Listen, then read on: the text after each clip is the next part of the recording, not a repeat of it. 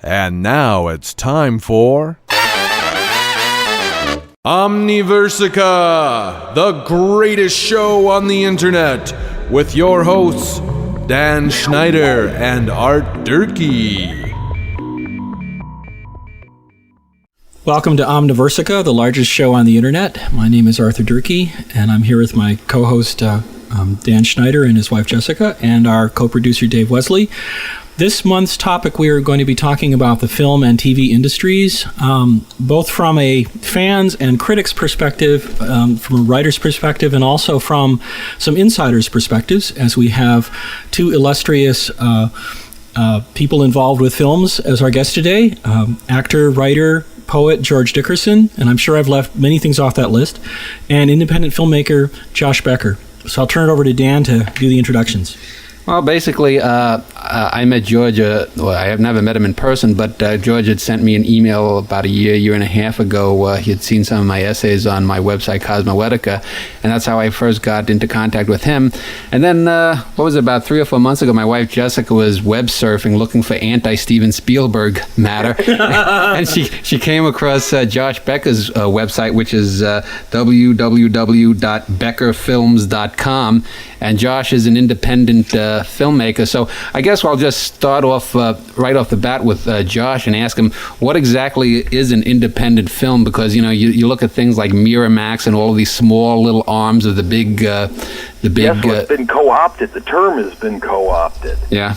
An independent film, in my opinion, is one that does not have the backing of a giant conglomerate. Mm-hmm. And frequently, and this is, you'll never see it in independence, is non-Screen Actors Guild. Is being made for very, very cheap. Anything that's coming through Miramax or Fine Line or has an all-star cast, these are at least multi-million-dollar movies. Right. And now, for a layperson, probably the only independent filmmaker that would come to mind to the average person or the casual moviegoer would be a guy like John Sayles. And I just want to state, I've never seen any of your films, and I know on your website you've written about having a hard time getting your films distributed. Why don't you tell me a little bit about your career? I think you've said on your website that you've been making films for about 20-some years. My first feature film was made in 1985. It's called Thou Shalt Not Kill Except. Mm-hmm. And the story of the Manson family, the Marines versus the Manson family. And that finally got into distribution in 87. That was a script that I had initially written in 1979. Uh-huh. So it took from 79 to 87, so that was an 8-year process. And that got the best distribution of any movie I've made because, of course, it was the cheapest, crummiest picture. Then as the films get more sophisticated, they get worse distribution as they go along. The next one was Lunatics, A Love Story, which I made independently in Detroit with my friends that had made Evil Dead, which I did the lighting and sound on. And I've also, in one of your films, is Bruce Campbell star in one of them? Because I've seen your name linked with him. I've been involved. Bruce and I have been friends since we were 10. Yeah. And Sam Raimi, who just directed Spider-Man, was our friend since we were little. I've known Sam since he was 7. And he can't help you get financing? He does. He's got his own career. Yeah. Yeah. Not everybody steps in and is... Look, he was an executive producer on my second movie. Oh, okay. Oh, great. On Lunatics, A Love Story. So, Sam plays Charles Manson in the first film. Oh, wow. One of his few film performances. He's done a few, actually. Yeah. The New York Daily News gave an award that year, 1987, when it came out, and they gave him Worst Performance by a Film Director. So what was your third and then your fourth? And then Running Time is 97. That stars Bruce Campbell. Mm-hmm. And that just premiered on the Independent Film Channel this week. Okay. Wow. Good. Yes, I made that in 97, so that only took 6 years to get it shown. IFC is a good channel to watch for cable viewers. It's got some of the most interesting films out there. Sundance as well. Yeah. Particularly on Mondays, which are doc days. Okay. They showed nothing but documentaries on Mondays. Oh. They're great. And finally, my last film to get on with this is called If I Had a Hammer, which I completed in 2001. And so far, the only distribution I've been able to get is on my website, Yeah. Just from the titles, it seems, are you more of sort of the horror thriller genre, or well, this last one is a folk musical. Oh, okay. So, with 10 songs, 10 folk standards. Huh. And it takes place in 1964. Yeah.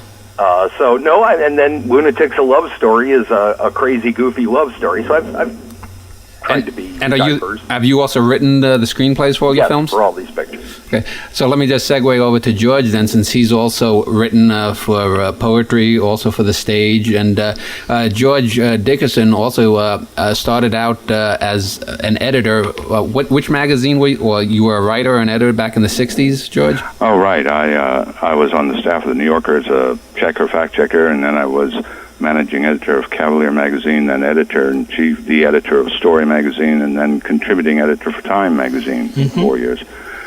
And as such, at Time, I was a fiction and poetry reviewer for Time, top one there for 2 years, and then I wrote all over the magazine, including World News, for a year and a half. And then I went to, I'm sorry. No, that's fine. Go ahead. Then I went from there to being a press secretary to a U.S. Congressman, Bob Steele from Connecticut, in Washington, briefly during Watergate, and from there to working for the United Nations Relief and Works Agency in Beirut, Lebanon, got involved with the war for the UN, and then came back, couldn't write, couldn't edit, and so in my 40s I became a movie actor, starting out on the stage, but went to Hollywood and became a movie and TV actor. And now in your book here, and I'm just holding it up, George Dickerson selected poems from Mattapalax Press, released I think in 2000. It states that you had 20 years where you had a total writer's block, and is that why you took up acting? Well, actually, for 28 years I had a writer's block on poetry. For about 17 years, a writer's block on fiction during the same time.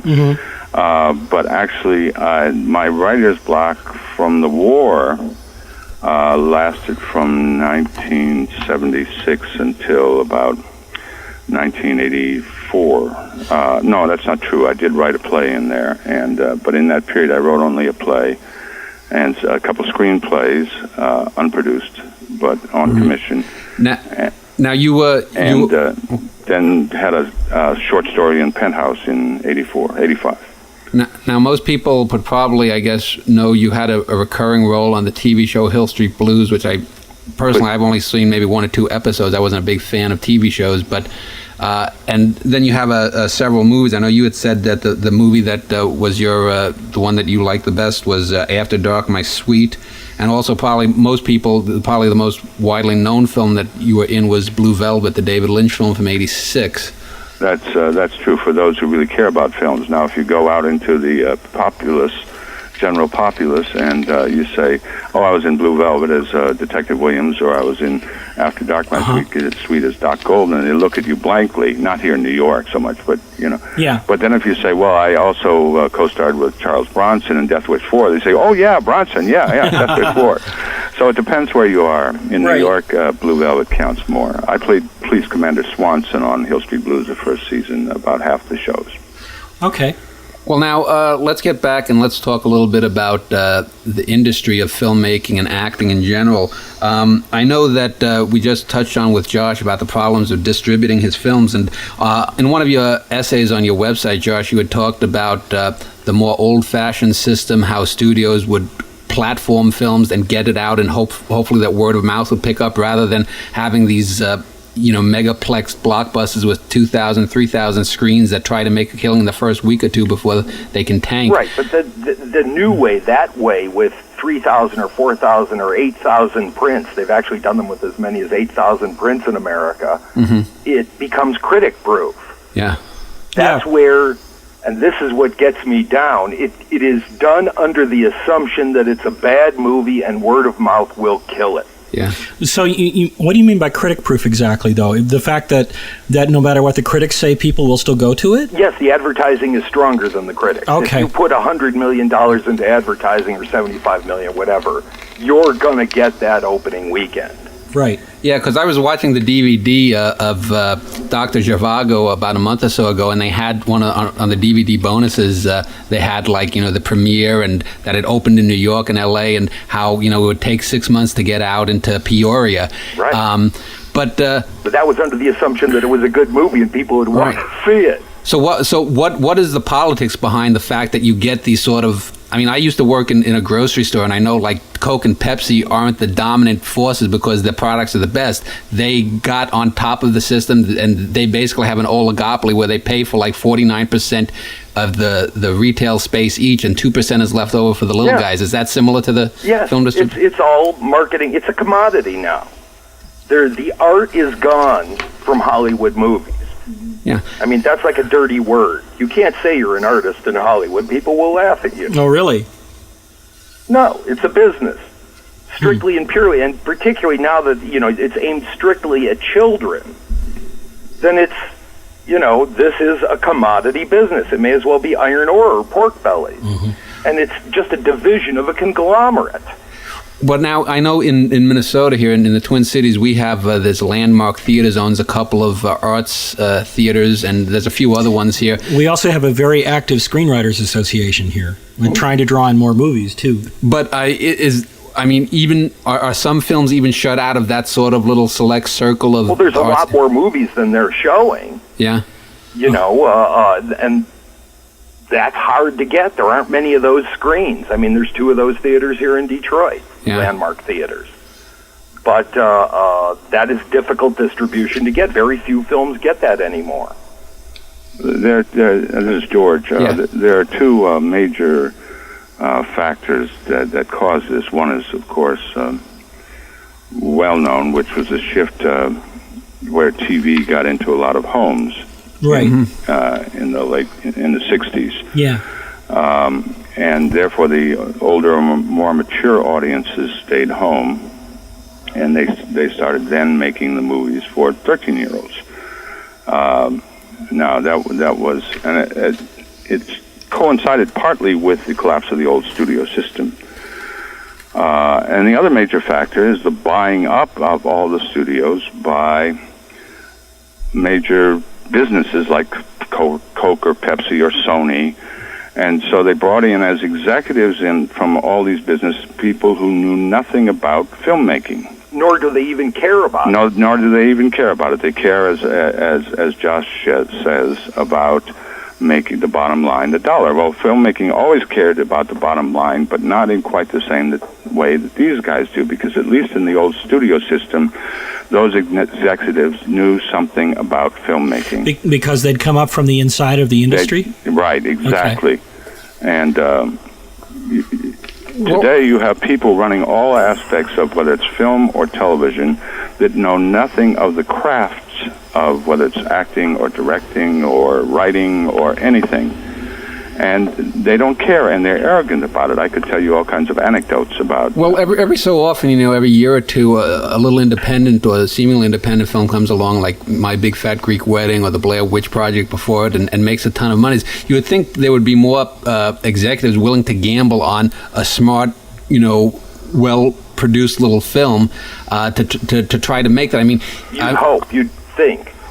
Well, let me just ask Josh, what amount of money was put into each of your films, and what gross did you get back from them? I mean, have they made profits? Me personally, no, not on any of my movies. My second film, Lunatics, broke even before it was finished. It was sold in rough cut to Columbia, Sony, and they bought it, for just slightly over its production cost, which was $700,000 or $800,000. Now, is there any foreign rights, or can any of these films be distributed overseas to try to make back money? Because I know they're all. I mean, I've just made 2 sales to UK television and German television with running time. Okay.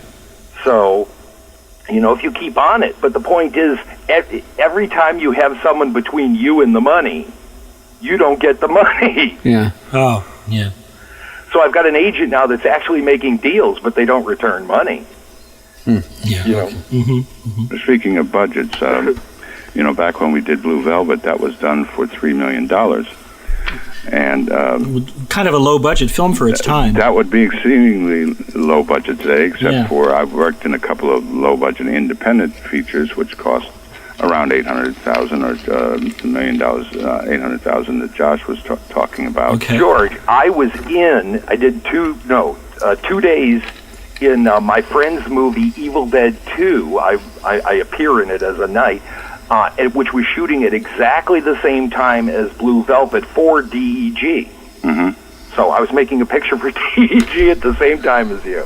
Unlucky you. Dino De Laurentiis. Yeah, Dino's quite a And case. the thing is, what made both those movies come out better than they probably would have is he was shooting King Kong Lives at the same time, right? Which had gone totally over budget. And was terrible. And that's what he was paying attention to, so he didn't lean on Lynch or Sam Raimi. Well, another thing that just strikes me, I know with the advent of DVD, a lot of B films from the 40s, 50s, and 60s have made their way back onto DVD after being in the dustbin or wherever for 30 or 40 years. I'm just wondering, was there a culture back in the 50s with drive-ins and stuff that there was more of a public appetite, or is it, or do you think that it's that because the studios just have this hammerlock on screen access that people don't see? I mean, do you think that there is an audience that's untapped there, and wouldn't it make sense economically to try to pursue that market? I absolutely agree with you, and I think that's, if I had my druthers, that's what I would go after. I would take, if I had the budget, here's my dream. If I had the budget of one big Hollywood picture, like $100 or $150 million, I would make 40 or 50 movies. Yeah. And I would try to make them all good. Yeah. Right. No, they wouldn't have the effects. Leave that to Hollywood. Right. Try to make decent pictures, and a lot of them. And if people start to go, the biggest market out there are the baby boomers. Yeah. People like me, who are late 30s, early 40s, and they only go to the movies now with their kids. They won't go on their own, but when you give them a movie like My Big Fat Greek Wedding, or previous to that was 4 Weddings and a Funeral, Right. suddenly they're a huge market, and they like to go to the movies, but they're not going to go see Spider-Man or the Hulk on their own. Right. And you, on one of your essays, you had pointed out the lack of diversity in contemporary filmmaking. Now, I mean, given that there are more screens than ever, what ratio of say, raw film number that gets distributed per screen is there versus, say, 30 or 40 years ago? It's so far down. It's back in 1945, the major studios, made 500 pictures a year. Mm-hmm. Now they don't make 200. Okay. So you've got way more screens than there ever were, and there's less movies being made. Okay. And there's 8 million cable channels and less movies being made. On top of which, every year they make less TV shows, too. Yeah. Well, wouldn't like an HBO or Showtime, couldn't they pick up the slack with some of these independent films? Well, they're the top end. Yeah. I mean, they pay the biggest money, so they get the biggest pictures. So. But one of the things you're talking about, Josh, this is George again. Yeah. Is that you're talking about there being more screens than ever. Actually, there are more screens when you talk about the numbers of screens in cineplexes. Yeah. But all the small towns have lost their movie theaters. Except that they have a Cineplex up at the corner at the mall. Well, actually, you have to drive. I know when I visit my wife's parents in West Virginia, you have to drive a good half an hour, 40 minutes to get to the movie house. Yeah. The old local movie theater in her town has been shut down now. I know, it's a drag. And where the kids could literally walk to the movie house.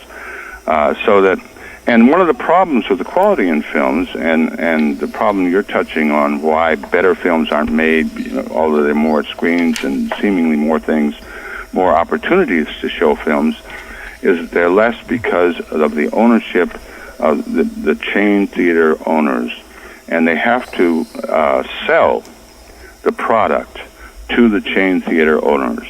In other words, the owners have a say in what films are going to be put in their movie houses. Yeah. How much screen time they're going to allot each film. So they say, "Well, who have you got in the film?" And they all want to make a buck, and so they don't want to take a chance on riskier, smaller, lesser known directors. They say, "Who do you got? Do you have Julie Roberts? Do you have Tom Hanks? Do you have whoever?" Yeah. Well, they will. And they say, "Well, we never heard of any of these people." The only way they'll take it with less than stars is if you have an advertising budget. Yeah. They won't take movies without a decent, at least, for a city the size of Detroit, you have to have at least a $50,000 advertising budget, and that's the very, very bottom. Yeah. Josh, the problem, though, is when you're making films for $100 or $150 million or $200 million, you have to put a lot of advertising bucks into those films, so it leaves you with almost no advertising dollars for smaller films. Mm-hmm. It's all the eggs in one basket. That's right. Let's end this segment right here, and when we get back, we're going to talk about the actual product here. We're going to talk about screenwriting and filmmaking, more of the actual process of it rather than the business end of it. So we're going to take a break and listen to a poem or two from George Dickerson's CD, which accompanies his book, and when we get back, we'll talk more on the product of film. This is George Dickerson, reading from my selected poems, 1959, 1999. Dentistry in War. Leaning in, his drill a weapon in his hand, Hashem sorted into the molar's core. I could read the braille of sweat on his oily face, acneed like downtown souks pocked with bullet scars. Your mouth's corrupt, Hashem said. I thought of Martyrs Square and the bomb-blasted stumps of the center's rotten teeth. Root out the cause, Hashem said. His hairy finger probed like the snout of a foraging pig, or the blunt nose of a Kalashnikov. The nerve must die, he grinned, imagining himself the perfect executioner, imagining himself on barricades, firing away, committing murder in the name of hygiene without anesthetic, smirking while the city screamed. I hate the killing, Hashem said. It's such a waste of dental work. Digging deeper still as if to excavate the ruined Roman stones beneath the crumbled banker's vaults, the war-wrought jaws of East Beirut, as if in my poor slobbering mouth he could wipe out recent history, eradicate the offending caries of civilization gone awry. I thought of flesh falling away, of teeth like gravestones marking the cemetery of the skull, all laughter gone, incised with Hashem's demonic skill. He was a man of sensibility, leaving in my sinus a pool of formaldehyde to combat the germs that might yet try to live, embalming sentinel of his domain. I protested the coming hurt. He cursed and shouted, "Screw your pain. What matters is my artistry." Oral butcher of West Beirut, how many of the mounting dead smile the rictus of your dexterity? Night crawlers. Just after dusk in Chicago's night, when I was a boy before Hitler's war, when fireflies flashed like earthborn stars and crickets creaked in the lakeshore wind, the wind was a tongue to lick my sweat, and even my hunger was innocent. I followed my dad to our flat's backyard. There is no solace in the reckless gloom. We carried flashlights and some empty tins to hunt for earthworms oozed out of the ground, tricked by the dark that it might be safe to drink from dew heavy in the grass, the dew that blotched my sandaled feet, the dew that some thought was Niobe's tears. There is no prayer to reach cloud-snuffed stars. "Sweet Jesus, we've got them now," my dad said. He danced a liquor jig and set down his glass. Yes, yes, we'd shocked them with our sudden light. We had ambushed the armies of the night.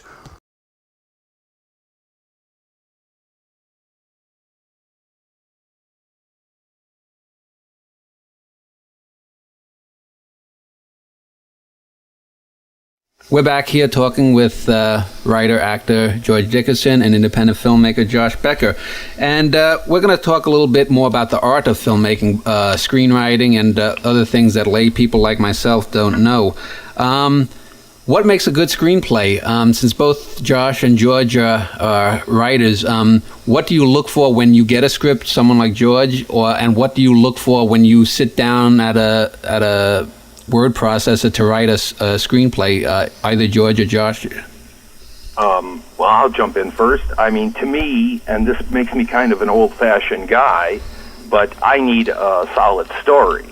I need a story that can be told. Okay. Well, from my standpoint as an actor, I know the first thing I look for in any scene and throughout the film is where's the conflict.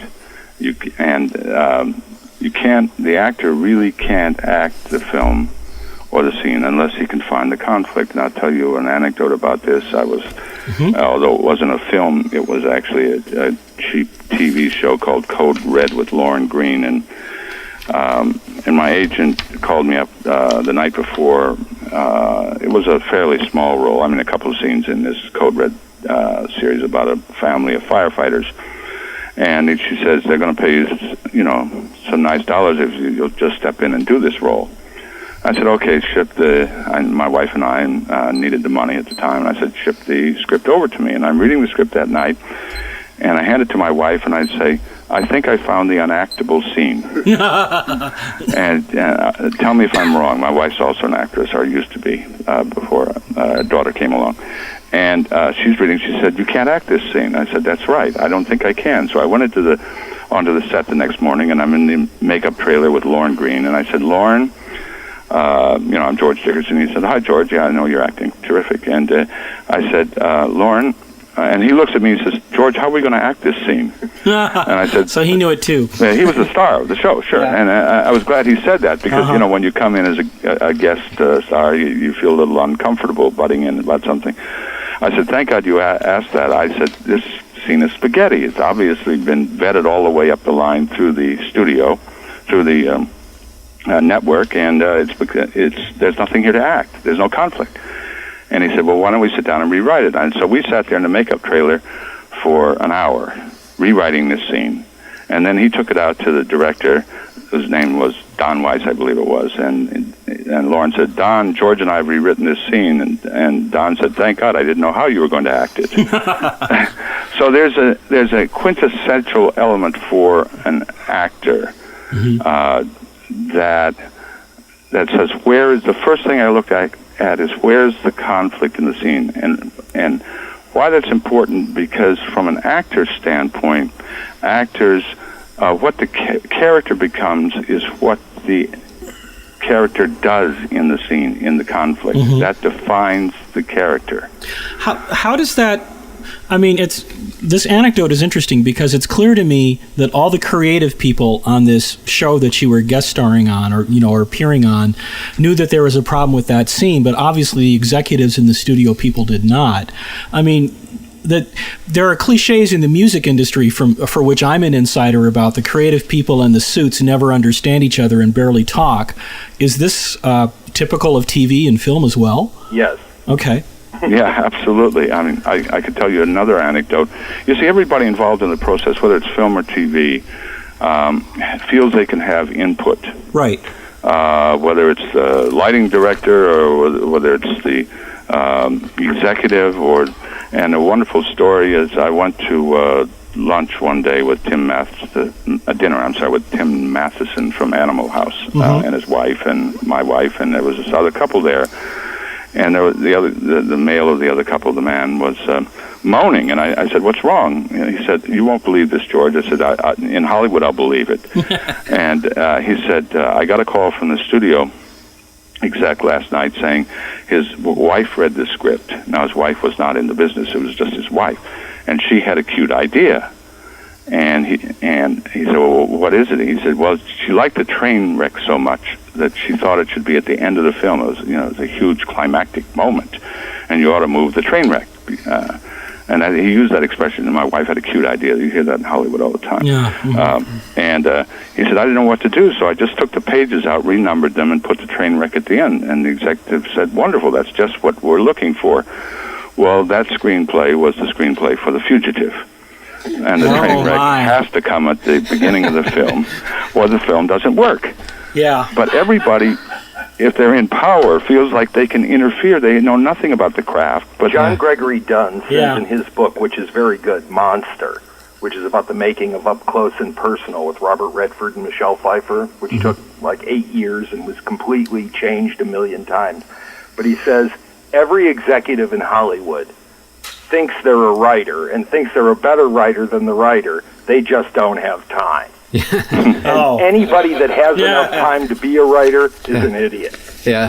Well, let me just ask, one of the things that annoys me when I watch a DVD is when you listen to the sort of commentary or you watch the featurettes and you get all of these people that say, oh, the script is so wonderful, it's so this, that, and the other thing. And Jess and I have watched a few DVDs the last few weeks and some really mediocre movies, like the Shipping News. The Blair Witch Project, they're like, hear the crickets in the background. I mean, look how perfect it is, and it's just ridiculous. And you just get these comments. Oh, so and so is so wonderful to work with. It's so brilliant. It's so this or that. And I mean, yeah, but those are marketing pieces. Well, but I mean, when you're the only DVD commentary in the last month or so that I watched that actually I thought gave some insight into a film, oddly enough, was on a film that's not considered a great art film. I was watching Star Trek II, and Nicholas Meyer, the director, actually had some real insights into how he sort of transformed it and made the Star Trek franchise into sort of a World War II sub-movie in that film. And I thought that was very interesting, whereas usually you just get, oh, Kevin Spacey is so wonderful, this one is so wonderful.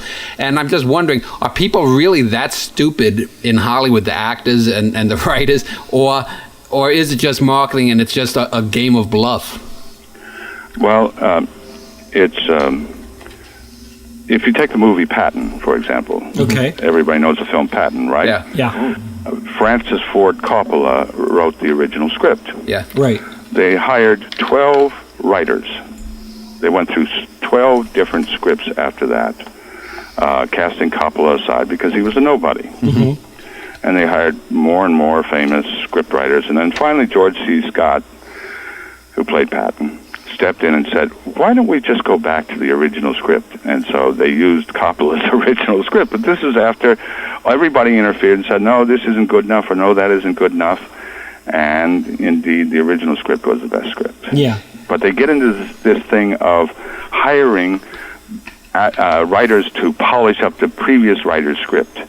And they'll pay a lot of money to hire some writer who's had a hit somewhere in the past, to add a patina to the script or add snappy dialogue, and the whole script just goes awry this way. Mm-hmm. Actually, in the last 6 or 7 years, most of the best films that I've liked personally have been written and directed by the same person. I'm actually thinking of the first Matrix movie and The Sixth Sense when I say that. I thought that The Sixth Sense script was one of the better screenplays I'd ever encountered, just in terms of how things were set up at all. There were so many details in there that I thought worked. Is that the way out of this morass that we're in? Is to give more power to the writer-director? Well, in my experience, if you're asking me, I've worked with a lot of writer-directors who had a lot of power, and sometimes they make good films, and sometimes they don't. I mean, I think true. David Lynch made a good film with Blue Velvet, and Jamie Foley didn't write the script for After Dark, My Sweet. That was written by the executive producer, but it was almost word for word from the Jim Thompson book. Hence its greatness, yeah. Yeah, hence its greatness, because the characters were all there, right in the book. Okay. So the question is, a lot of the young independent, I worked with a number of them, first-time film writers, directors who are shooting their own script, and they don't necessarily have it takes years to become a good writer normally. Okay. Yeah, you can become a good director faster than you can become a good writer. Okay. Mm. Well, now, Josh, I know... I don't know about that. Well, go argue the point, then. Look, it's hard to be a good either one. Yeah. That's true. To be competent is one thing, to be good is actually another. Well, I mean, in a sense, someone like a Steven Spielberg, I think, has a good cinematic eye. So does a Spike Lee. They should be cinematographers, because if I look at their films, I want to pull my hair out, though, because the story is neither guy knows anything about character development.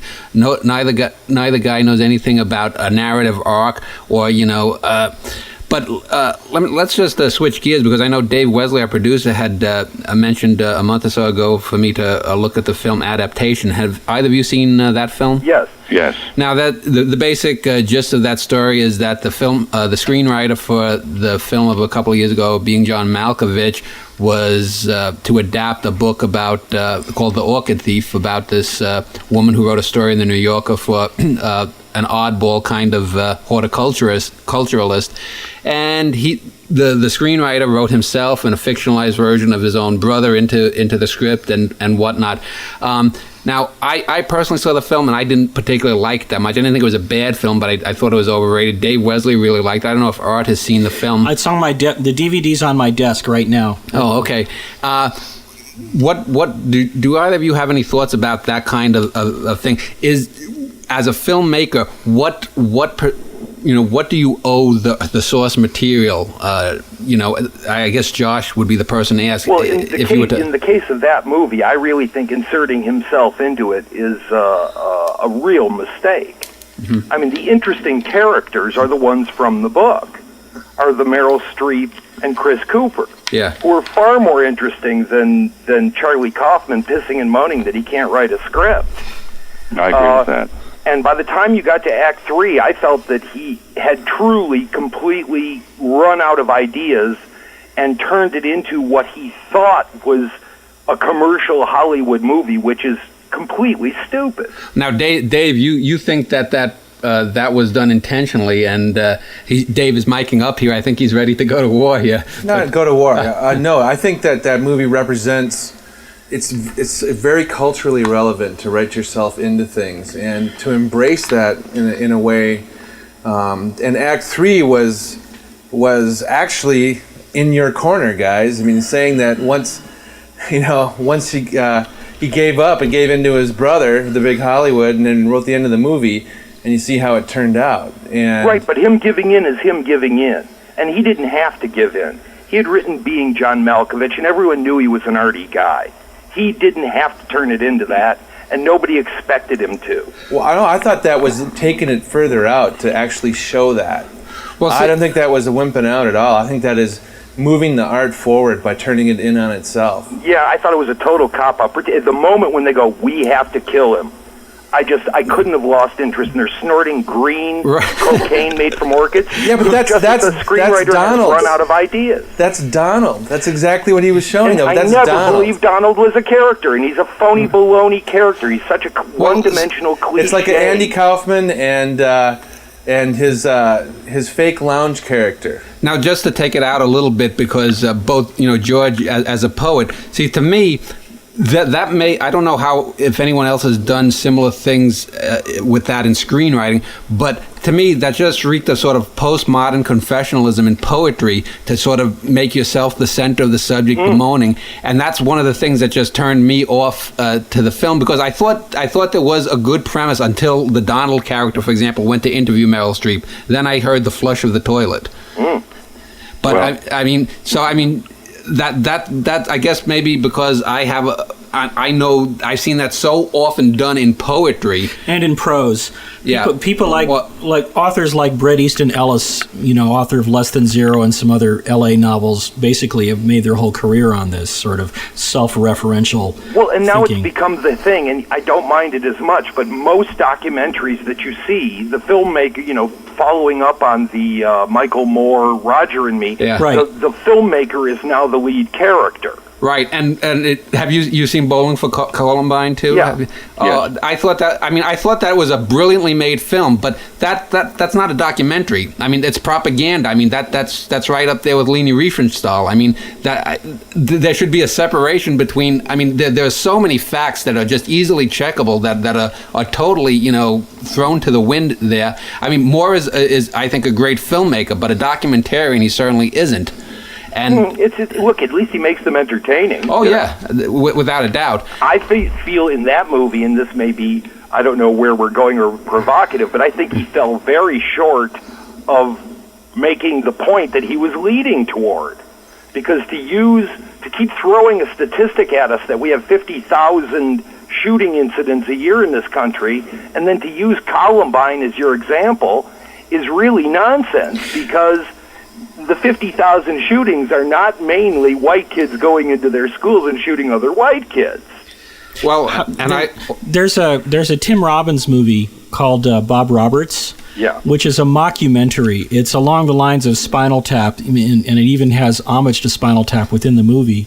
I don't know if you're familiar with it. I saw it. Okay. The reason I like that movie is because it's very, very good as propaganda, and it's making fun of the documentary genre. It's almost a satire, not just on politics and the political process, but on the whole way of making a documentary there. That's a kind of self-referentiality that I think works. Well, adaptation was mocking Hollywood big time. Well, yeah, granted. Well, but another thing too. I mean, the guy did it in a major budgeted film, which is even more clever, if you ask me. But the thing, like, if you go back a decade ago, Quentin Tarantino was all the rage in screenwriting, and he really took dead aim at a lot of the Hong Kong martial arts, a lot of the 50s sort of B schlock films, and I think when you watch some of he's only done 3 films, I believe. I think that. He had a much more precise idea where he was going, or at least he gave the impression. And whatever happened to him? I mean, but did you care about his characters? I didn't. I hated in them. Jackie Brown, I did. I thought the love story between, I forget the fellow, the white guy's name, and Robert Forster and Pam Grier. I thought that was one of the most intelligent adult love stories set within that film. And I think Jackie Brown is by far the best of his films. I do too. Can I just go back again? Sure. Yes, please. To comment on the screenwriting. One of the reasons that they've gone so much away from the word, for example, the use of words as opposed to the image. One, yes, they think it's basically a cinematography because it came out of silent films, where you couldn't hear them speak, and the image was very important, all important, etc. But today, and then we went through a very literate period, of course, in the 1930s and the 40s with films. But today, half of their money comes from overseas for the films, half their earnings. So if you're putting a wordy film, such as My Dinner with Andre, you have very few overseas sales. In other words, if you make a Death Wish movie, or if you make The Hulk, or if you make whatever, although Hulk isn't doing so well here or overseas either. But as an example, the big blockbuster action films. Now, I lived in Lebanon for a while, and I'd go to the local movies, and all of the Lebanese there, they'd go see the films, and they were all cheering at the car crashes, or when a guy hit a woman, or something. They didn't understand a lot of the English, but they were going for the action cinematic sequences, not for the words. And that, I think, has had a strong effect on the screenwriting in Hollywood. Yeah, it's too bad Louis Malle is dead, because I'd really love to hear the director's commentary on My Dinner with Andre. Right. He really metacritical. Absolutely. But did you see the French film Amélie? Yeah, I've got it. That's a wonderful film. That's wonderful an movie. absolutely terrific film. And the actress whose name slips my mind, Audrey Tautou. Yeah, she's really terrific. I think she could be a real star in America. I don't know if she speaks English. If she wants to. Yeah, but here's something, a technical question I'd have for Josh in terms of filmmaking. When you're doing a film, how important is continuity? Because the other day I was watching Wall Street, and the opening credits say set in 1985, but then they reference the Challenger disaster, and only less than a week or not even maybe a few days have passed. I'm just wondering how big a problem when you're making a film is it? Do you have someone that checks it? Story? No, I don't. As far as story continuity goes, hopefully the writer dealt with that. I mean. Yeah. If Oliver Stone wasn't paying attention to his details, then he's just a half-ass story writer, screenwriter. But as far as continuity on the set, you have a person who does that job called continuity, or the script supervisor, and they're paying attention to the basic continuity of the scenes. Did they have the sword in the right hand or the left hand? Did they come in right, out, go out left? that kind of stuff, but not the factual details. Okay. But for example, at After Dark, My Sweet, they made a huge mistake. It's part of the film is about the kidnap of a boy who happens to be a diabetic. Mm-hmm. Well, my daughter's a diabetic, and I know a lot about treating diabetes. And I'm looking and seeing the film, and they're actually injecting insulin into the veins or arteries of this kid. Not literally, but not into the muscles. You mean, but into you don't even shoot into the muscles with insulin. It's subcutaneous. It's just under the skin. And they didn't care enough to get it right, and I think actually that was a fairly good production. It's a nice movie. It's a good movie, After Dark, My Sweet. Mm-hmm. But here's an example of people who did care about making the movie, but there's a lot of stuff that can slip by. They just it's such a complicated. You have no idea if you've never done it what a complicated process movie making is. It's also from every aspect. Isn't one of the problems here that it's also the fact that it's a collaborative medium, versus a novel writer goes off and stares at the wall and the blank piece of paper for a while until it comes out. But in a movie, you're dealing with 100 or so people sometimes. Yes, but if it's a mistake is in the script, okay, then they should have seen it. Yeah, or had somebody fact check it maybe or something. Yeah. That just seems sloppy. I didn't make that connection, but I've seen enough other things. Okay. But then, look, a lot of it comes down to how much does everyone care? For instance, and I'm not trying to honk my own horn, it's a movie no one's seen anyway, but my last film, If I Had a Hammer, takes place in 1964. And I knew I had it, because I'm the director, a close-up of a handful of change. Ah. And change was different then. That's right. And so I went out and made sure that I had the proper, I had Indian head nickels and I had mercury dimes. Yeah, and silver nickels. And when he opens it, every time it goes to the close-up of his hand with the change, it makes me very happy that it's all proper. So it's how much does the director care? How much does the production designer care? Or how much money you can pay a prop master to... Well, but look, that cost, that cost $5 to go buy some old change. I know. I'm saying if the director cares enough to make it an issue to the production designer, the production designer will have them there. Gotcha. Right. Okay. Well, on that note, let's take another break here. All right. We're going to listen to another poem or two from George Dickerson and maybe some music, and when we get back, we'll pick The Armenian Bear. In memoriam for the genocide of the Armenians by the Turks in 1915. Tethered here, collared iron bites my throat, gnaws deep my ankle where the cold forged links snarl over the packed earth to the cedar post, defining arcs of my circumference, just out of reach of your tables and chairs. This restaurant garden where I can watch you pop the olives to your sucking lips and then spit the pits at my sullied fur, while your hairy finger licks up her dress and probes the sweet flesh of her honeyed nest. Mock my fetid breath, my hot red eyes, my paws that claw the Armenian air. Warder, brother, beast, Turk, you'll never know I see farther than Lake Van's blood-soaked shore. Out beyond the cataract of light, to where already two of me, unchained, loosed by God, lumber up among the stars, free to forage the forests of the night.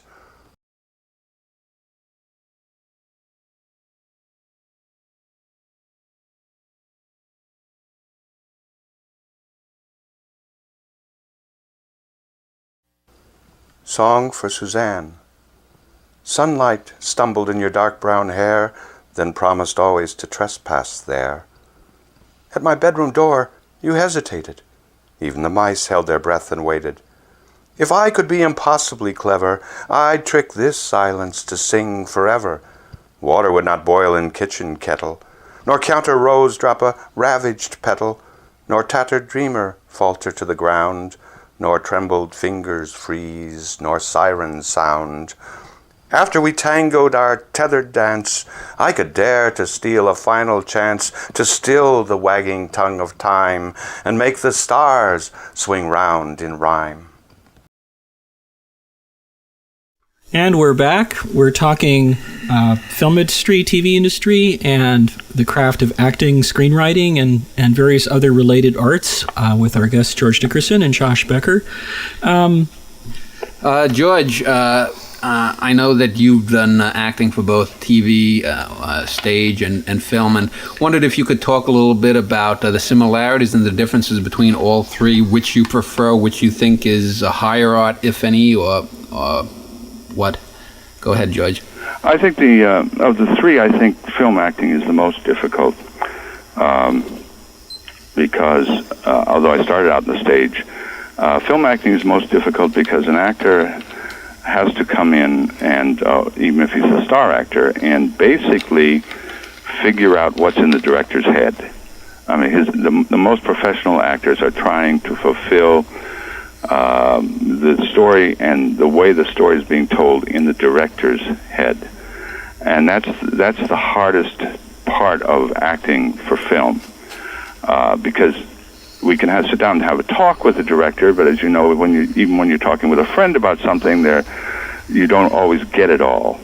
And so one of the most demanding aspects of film acting is that, and particularly if you're, let's say, a day player or just a small guest star player on film or TV, you're walking into something that's been shot for days and days and days, and you don't quite know the tone, you don't quite know the nuances of what's coming in front and back of you, and usually you're shooting out of sequence. So we're shooting, let's say, the end in the middle or the end at the beginning, and we have to guess how we're going to get there.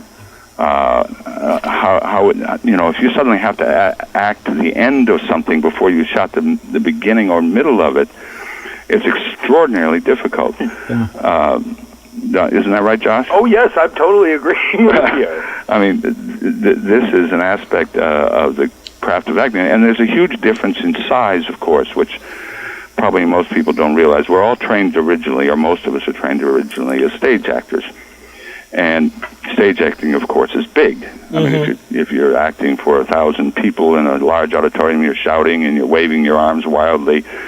Whereas film acting is what I call acting in bed with someone, even though it's not a love scene. I mean, it's that intimate.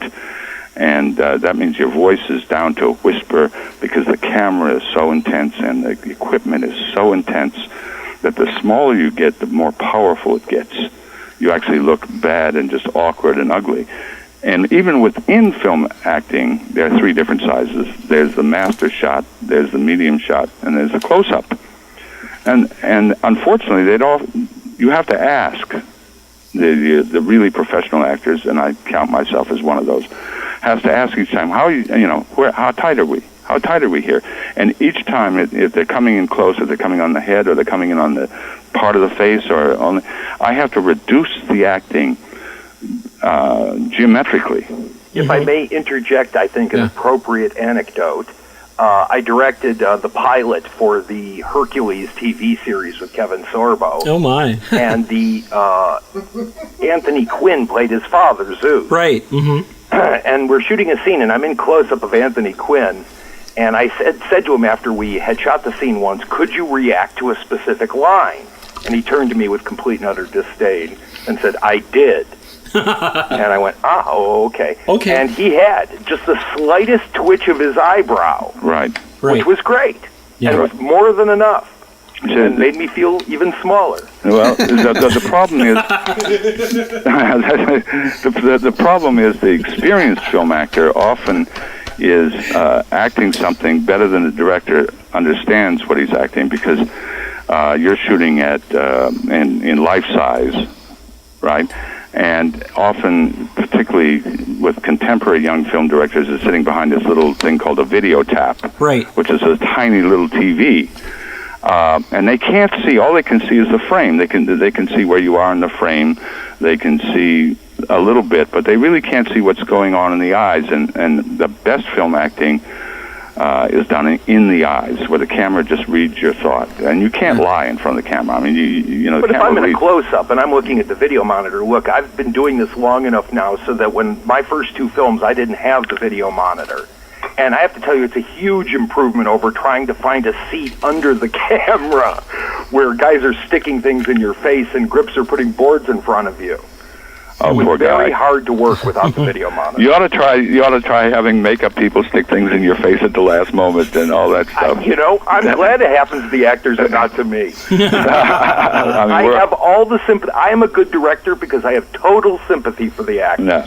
But anyway, to go back to, I think you were sort of touching a little bit, or we were talking at one point by email or whatever about method acting. Yeah. And the first time I encountered method acting, I was just doing a independent little low-budget short feature film on Fire Island here in New York. The guy saw me at a party, he said, "Have you ever acted?" And I said, "Yeah." And he said, "Well, I'm doing this 3-character film. Would you come and be in it?" And I said, "Sure." And I go out there, and it's the first scene we're shooting is I'm lying in a hammock outside the house. And the girl is supposed to come out of the house, get in the hammock, and I reject her. I'm just this slight gesture of rejection or turning away from her. And for 3 hours, we waited for her to come out of the bathroom, begging her to come out of the bathroom because she was preparing the way method actors do. Yeah. And Now, and just for this tiny little scene of being in the hammock, and that was nonsense. Yeah. And the problem in terms of professional acting for the film or even TV is, particularly for TV, where you're really on the clock, right? For the film, you say, well, we're going to do a pickup, as Josh said, or whoever was talking about the Anthony Quinn thing, where you're picking up this little bit in the center of a scene. Well, how do you get there if you're a method actor? You can't do the whole scene. You can't build up to that moment. You have to have a craft that allows you to reproduce the sense of size, the sense of intensity, whatever, of that scene, because the boom got in the shot, because I didn't speak clearly enough, because of whatever. Isn't that right, Josh? Oh, absolutely. I mean, look, I spent 6 years directing Xena Warrior Princess, and time is everything. There's no overtime. They won't go overtime on that kind of thing. There's, you go overtime, you've ruined the episode because you're ruining their profit margin. So you come in on time every day, no matter what the schedule is. No matter what you have to work with. And the good actors, you're constantly doing stuff like they flub a line. You don't even go back to the beginning. You don't even cut the cameras. You go back it up 2 lines and keep going. I see. The good actors will just back it up 2 lines and start again. Well, Josh, you've just mentioned a couple of TV shows. I didn't realize. What are some of your credits, some of the bigger name shows that you've directed, and how many episodes? I spent 6 years on Xena. Did you direct every episode? No, you can't. They were too big of an ordeal. I directed more than any other director. But that was 3 a season. And that was down in New Zealand? Yes. Okay. And then I'd been on Hercules for a year before that. Okay. I was on Real Stories of the Highway Patrol before that. Oh, my. Yes, directing the reenactment segment. This is Dave. I have a question for you. On a feature film, how much of the actor's audio is actually kept, and how much of it is dubbed in later? It depends on how good your sound recording is. I'm a big fan of location sound. Yeah. And I'll keep it unless it's really messed up, because I think there's a reality in it. And, for instance, I did another show down in New Zealand that only lasted 1 season called Jack of All Trades with Bruce Campbell. Great show.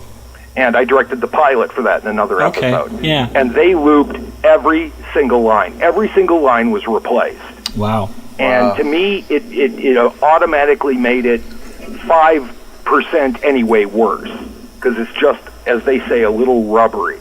Okay. And I think there's a reality from location sound. So I try to get the best sound man I can on my movie. You notice that what one of you called dubbing, we call looping in the business. Yeah. Let me just ask a lay question here, George, since you wanted to talk about method acting. Now, in poetry, the last 20 or so years, we have this sort of politically correct kind of approach to poetry where art is truth and all that kind of bullshit.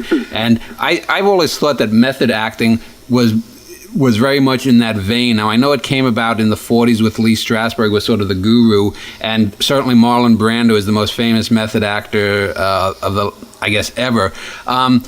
Can you give a little bit of background? I know you had an anecdote about Lee Strasberg, but can you give a little bit of an anecdote of how method acting developed? Because to me, it seems kind of silly. It almost goes against the grain of acting, which is, to put on an act. Well, yeah, you're right. The studio, actor studio, started out in the 30s, I guess it was, and they took only the first book of Stanislavski right. was published here. So, and they took the method from part of the first book. Okay. It wasn't and there were 3 books in which Stanislavski went through the whole craft of acting, and later on negated actually method acting. He didn't believe in that. So it wasn't Stanislavski's method; it was Lee Strasberg's method and Stella Adler, and these people. And actually, Brando said he didn't get anything from Strasberg. He didn't like Strasberg, and that he had learned everything from Stella Adler. But I disliked, although I've worked with a wonderful method actor, Jason Patrick, who was very, very good on the set, and I don't know how he does it, but he has to live the character all the time, on and off the set. Very nice actor, very nice man. But when Lee, I was in Hollywood when Lee died, and someone, referring to the anecdote, someone called me up and said, "We're having a memorial service for Lee tonight. Can you come?" And I said, "I'm sorry, I don't have time to prepare." Oh my! It just popped out of me. It was just, I was so... Oh my! Because it's difficult acting opposite a method actor, because the method tends to be very self-indulgent. It's what I feel. Yeah. And Right. one of my great acting teachers, one of the couple that I had when I started out years ago, was Aaron Frankel, and it was in a Shakespeare acting class, and he asked the actress to do the scene slightly different than she had done it, and she said, "But Aaron, I don't feel that." And he said, "Honey, I don't give a damn if you ever feel it. Your job is to make me feel it." Yeah. Right. And so the whole point of method is to have you, the actor, feel it, rather than find a vehicle for the audience to experience it. So it's... And so that's why ideologically I'm against it. I mean, I can use all the tools of method acting, and I use a lot more tools than that, but Okay. I don't, because I have to be able to pick up and find an intense moment on the spot for the film director and say, "Okay, here it is. You want this? Bang, there it is." That reminds me. I not too long ago read the autobiography, or rather biography, of Denham Elliott, who was one of my very favorite character actors until he died. Terrific. Wonderful man. And he had an anecdote where he talked about the fact that he was able to move his scalp line so that his hairline would actually bounce back like half an inch or something like that. And he said that particular thing, every time a director wanted him to show intensity or shock or deep emotion, he would just move his hairline, and they always loved it. No, and it was I loved that, because it was the absolute opposite of the whole point of the method, which is that I have Lucy to feel Lawless, the intensity. that played Xena. Right. She is a New Zealander. She's from Auckland. And with a thick accent.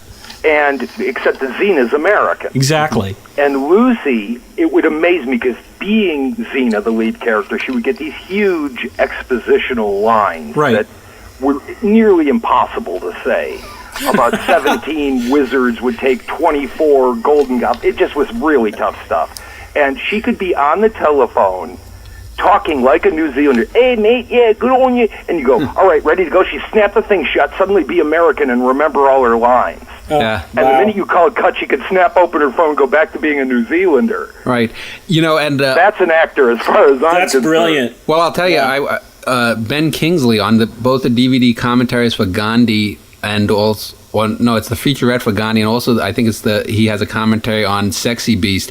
He really rips into the method, because he talks about how he's able to just at the drop of a hat switch characters like that, and I mean he really goes on about that it's all kind of bullshit. I'm just wondering too, getting back to poetry, to me it seems method acting is almost akin to confessionalism in poetry. Would you agree with that, George? Yes. In a word? Yeah. Yes, absolutely. I mean, poetry should be about creating a vehicle for the reader to experience the event, not because you felt it. How you felt it, or what you felt or may not have felt, or what you're expressing is maybe important to creating the poem. But in the end result, if I'm only feeling it and you're not, I have failed as a poet. Yeah. It's not about, oh dear me. And art, any kind of, and as an artist in general. That's absolutely right. I think as a visual artist too, because the whole personal expressionism, demagoguery that goes on in abstract expressionism, nobody knows what the heck's going on except the artist, it seems like. Right. I'm sorry, I was about to say something and now it's gone out of my head. Well, George, I was talking about... but isn't that just about crying? I mean, how many times have you seen an actor cry on the screen and you sat there and not shed a tear? Yeah. Right. Yeah. Almost every time. Often enough, yeah. And how many times has the actor not cried and you've cried? Yeah, and what I would really, getting back to screenwriting, what I really hate is films, and a good example is like the shipping news, which I saw a week or two ago with Jess. I hate when you get like 5 or 6 minutes into a film and there's this overly dramatic scene about characters you don't give a damn, and you're supposed to feel something for it, and I just wonder, writing a screenplay. I mean, there's no character development. Unless you're gonna. I mean, okay, you could maybe start in the middle of a funeral with people weeping or whatnot, but you're not going to get that visceral reaction. And there seems to be in screenwriting that they always go for this cheap, sentimental mawkishness, and it's manipulative. It's emotional manipulation. But it fails. That's the thing. It doesn't. It turns you off. It turns you off more. Yeah, but Disney relies on it, and it seems to work in all the Disney films. For kids. But that's for kids, exactly. Right. Well, like The Hours is a terrible film. I mean, I know I had written an essay and a lousy novel too. I had written an essay about it, and I know 101. And I know George disliked that film too. Let me just ask. Except for Ed Harris. Ed Harris was terrific. Well, he's good in everything he does. Right. Let me just ask, because I had mentioned a couple of times earlier, the idea of DVD commentaries. What do Josh as a filmmaker and George as an actor, you think of that? I know like someone like Woody Allen refuses to do it. He says, that's the art and it's its own explanation, basically, just like a poem is its own explanation of itself. I've done them for 2 of my films on DVD. Oh, okay. For Thou Shalt Not Kill, my first film, and for Running Time. And in both of them... Is that generally mea culpa time, or is that a way to genuinely explain what happened? Because I hate when people try to say, well, this, that, and the other thing. I mean, the film is the film, basically. For me, it was, and I have my own website there. People seem to really like the commentaries. All I can say is, in both cases, I sat and did it with Bruce Campbell, who's been a friend of mine since we were 10. So it's like a chat then. And we just talked about the movies. And Bruce, being Bruce, he's an actor and he's very good.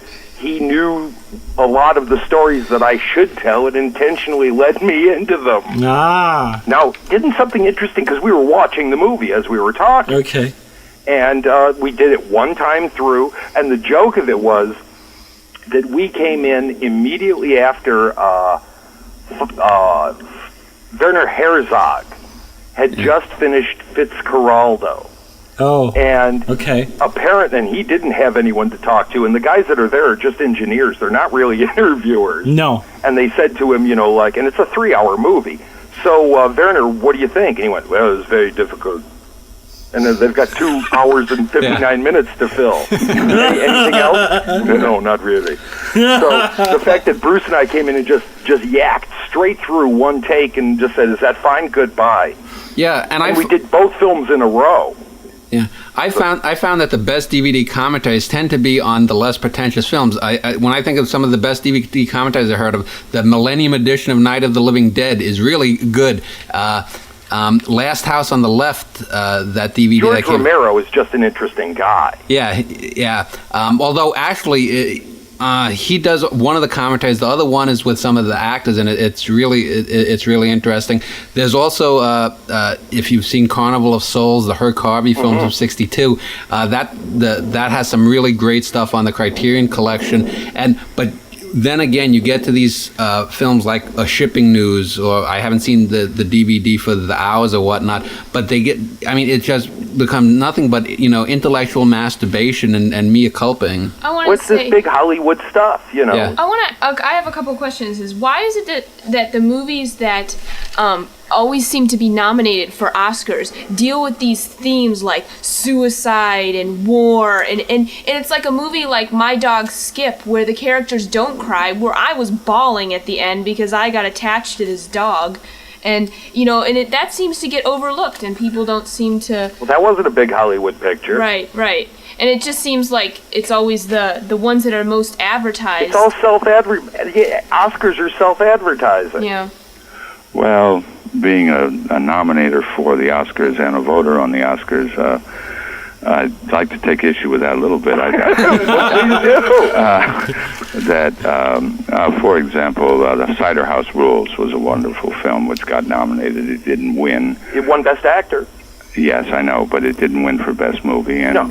and what happened? There were 3 or 4 movies that year, including I think it was Chocolat, was who diluted that there wasn't a standout film other than the Tarantino film. In other words, and you had the Tarantino cult people who are going to vote for that. Right.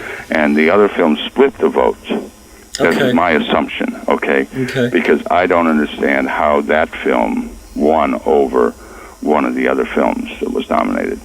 But that happens all the time, and you have to realize that you get split votes. You get people who, let's say, are going to vote for a Holocaust film, or you're going to get people who vote for some other agenda thing, something that touches on a hot button thing like that, who are always going to vote for that kind of subject. And you get surprises. Well, let's end this section here with that and pick up that theme in the next section. We'll talk a little bit more about Oscars and we've been talking more a little bit about specific aspects of filmmaking, but let's get more into both of your opinions on different actors, films, the process of Oscar selection, etc. in our next section. And we're going to end this segment with some more. A mist of white horses. Tell me you have not forgotten the rain close by the Mediterranean Sea.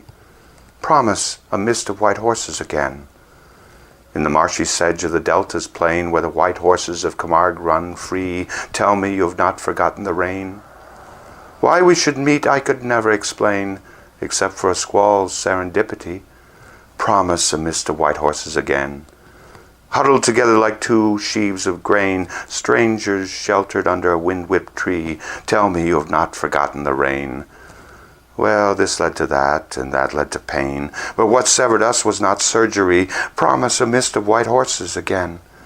I've stumbled into an arid domain, and counted the days to infinity. Tell me you have not forgotten the rain.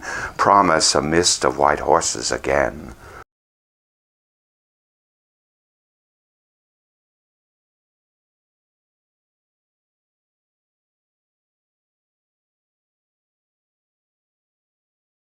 Leda and the Diplomat. I do not know what damn rumors you've heard, but I was neither deity nor bird.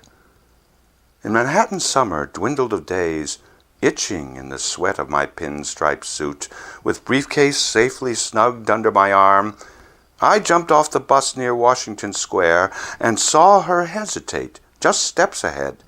Saw her twice glance back over her shoulder, as if I might be that sweet predator she counted on in this city tricked out with hankering for anonymous flesh. So I followed her home across the park, negotiated streets and then the stairs to her narrow bed, not knowing her name. One cannot always deliberate cause or decipher the course of secret needs in the grapple of groans and pheromones in the protocols of woman and man. Had this quivering girl with light brown eyes made a subtle pact with the wanton in me? Or had I concocted her sad desire? Loosening her straps, shrugging off her dress, she was not, as I imagined, Leda, tentative. Dark curls bent in submission to the whim of an adulterous god. Ferocious, she flared with unfettered heat. Call the flame from the jacaranda tree. For those few moments she was flesh made fire. And in her eyes I could suddenly see lust for empires born, and the fall of Troy. She uttered a cry I had never heard. A thoughtful man, I laid my briefcase down. I spread my wings and tried to be her swan. All right, we're back here talking with George Dickerson and Josh Becker. And before we left, I know George wanted to get into talking about the real R-E-A-L. But before we do that, I had one question, because George, earlier this week when we were talking, you had mentioned you thought Tom Hanks was a really good actor. And I've never been a Hanks fan, but I want you to explain what you were saying, how technically he's a good actor. And for lay folk like me, we only see the person on the screen and we maybe like their persona or the character or whatnot. Yeah, but we don't see the craft in action. And I've always thought Hanks was a good light or comic actor, but I've never really bought him in dramatic roles. What makes, in your opinion, Hanks a good actor technically? Well, for one thing, it's harder to be a comic actor than it is a dramatic actor. It's much harder, and particularly on screen, because you don't have the audience there to react off or time yourself off of. And so when they say, well, he's a good comic actor, but he's not a good actor, it's actually tougher. I find comedy much tougher to do, and most actors do. Okay. To answer your question about from that aspect. Tom is, you know, if you go to the film Big, for example, did you see that film where he plays the little boy that suddenly is grown into an adult? He captured so much the essence of an adult who's still a boy, who's just a little child. It was impeccable. Forrest Gump was another example where I could see him just sitting on the bench from the back, and they're doing a rear shot of him, and just the attitude of his body was totally in the persona, not of Tom Hanks, but as Forrest Gump. It was absolutely truthful to the character, just the way he was sitting there. This is a master craftsman of acting. Tom Hanks is. And you can see it in every tiny little gesture. Now, you said he's true to the character. Does that tie into your idea of the real? Yes and no. I mean, being real, or it was real, is a big word in Hollywood, and that's a word I've always detested. I came out of watching Sophie's Choice with Meryl Streep in a blow. I was blown away by her performance, and there was these two young would-be starlets outside who had never done anything, and they said, and Meryl was good, but I just wish she'd be more real. And it's a word they use in Hollywood because they don't understand what actors do is act. Yeah. They think they just come in, and real is treacherous for the actor, because it means, okay, I'm playing a cop. Okay, well, you've got to be the cop, just kind of the real cop. Well, I've played lots of cops, a different one in Blue Velvet, and a different one in Hill Street Blues, and a different one in Death Wish 4, but I'm not playing the cop in any of them. I'm playing an individual character, and they all are totally different personae. So, and what the word real does, it talks about kind of our general impression of what reality is. So, as opposed to, let me just finish this thought. Opposed to letting me surprise you and making you believe a truth about this individual character. The word real limits the actor's imagination to come up with, say, okay, let me stretch this character to find a truth about life in some way or other that you'll believe, surprisingly. Okay. So in some ways, what you're talking about when they say real, they're talking about stereotypes and cliches and lowest common denominators. Absolutely, or just being yourself, just being your own self there. Okay. Instead of being the character. Right. Okay.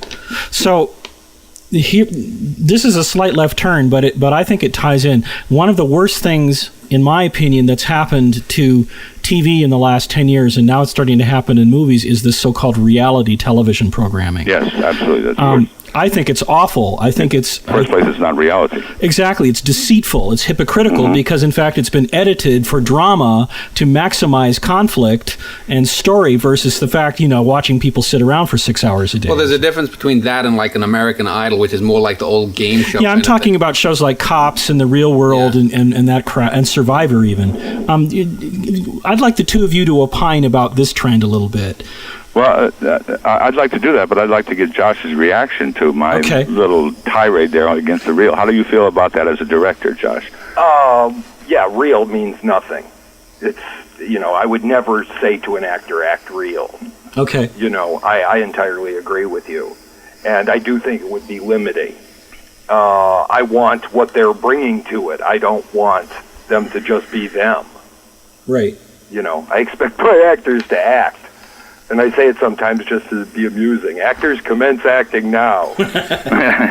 Well, there was I saw when I watched Wall Street, they had the little featurette, and they were talking about Oliver Stone's script, and I was just wondering too, how closely to a script do most directors, or do you, Josh, allow actors to veer? Do you allow for improvisation, or do you stick to the script? That's the way I wrote it. People don't understand improvisation. that improvisation really comes in rehearsal. Okay. And you go, oh, that was good, do that again. Okay. So when you get to performance, you've done it enough times so that you're not really improvising at that moment. You may well have come up with improvs for the scene, but you did it in advance, and they got to be okayed. Yeah, you can't do that for one reason. You're sometimes shooting the same scene over and over again 25 times from different angles, and you've got to match in the editing room. So you can't suddenly improvise something right here when they're shooting over your shoulder or something, or shoot a master shot, and then that isn't in the master shot, and you can't change. Well, with the exception, but I loved improvisation in rehearsal. Right. With the exception of Cassavetes, with films that are like Cassavetes and. But he rehearsed the heck out of his stuff. He was a really good director and a really good actor. I mean, they're not making it up on the moment. Right. Okay. They really know their scene. I think I remember Dustin Hoffman saying that in an interview. He's like, everyone seems to think improvisation is right then and there, but no, we rehearse it first, Yeah, you come up with these ideas and you go, oh, that was a great bit. I'm sitting there as the director watching them and going, ooh, ooh, ooh, Yeah. But it's my job to remember the things I liked that they did. Right.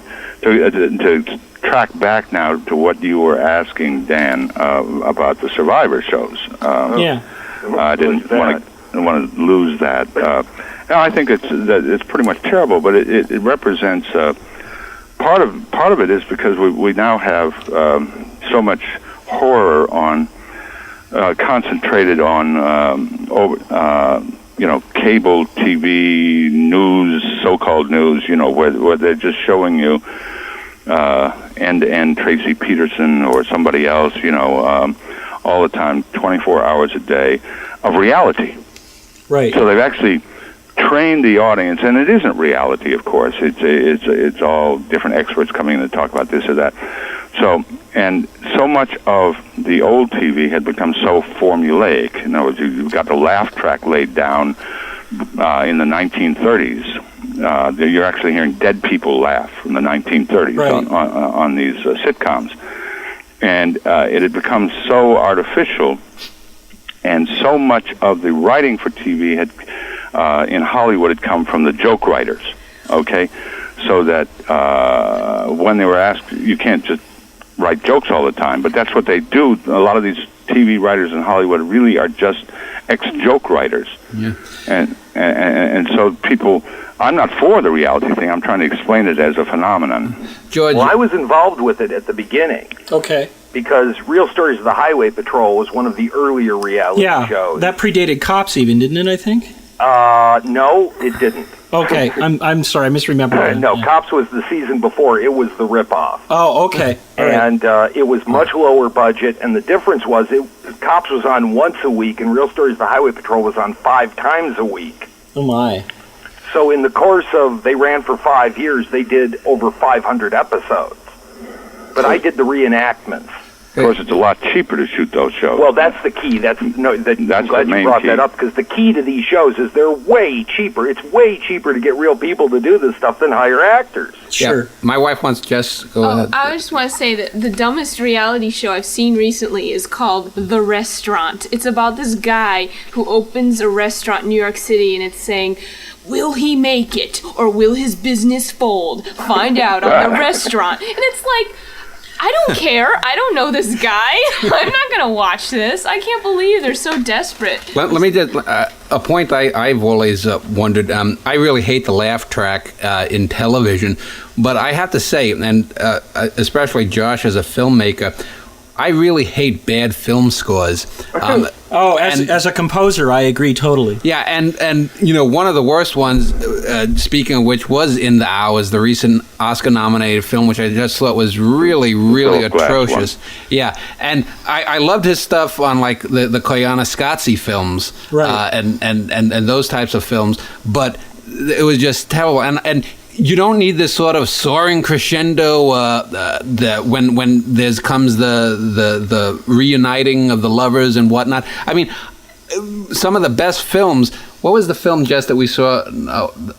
13 Conversations About One Thing uses a very minimal score.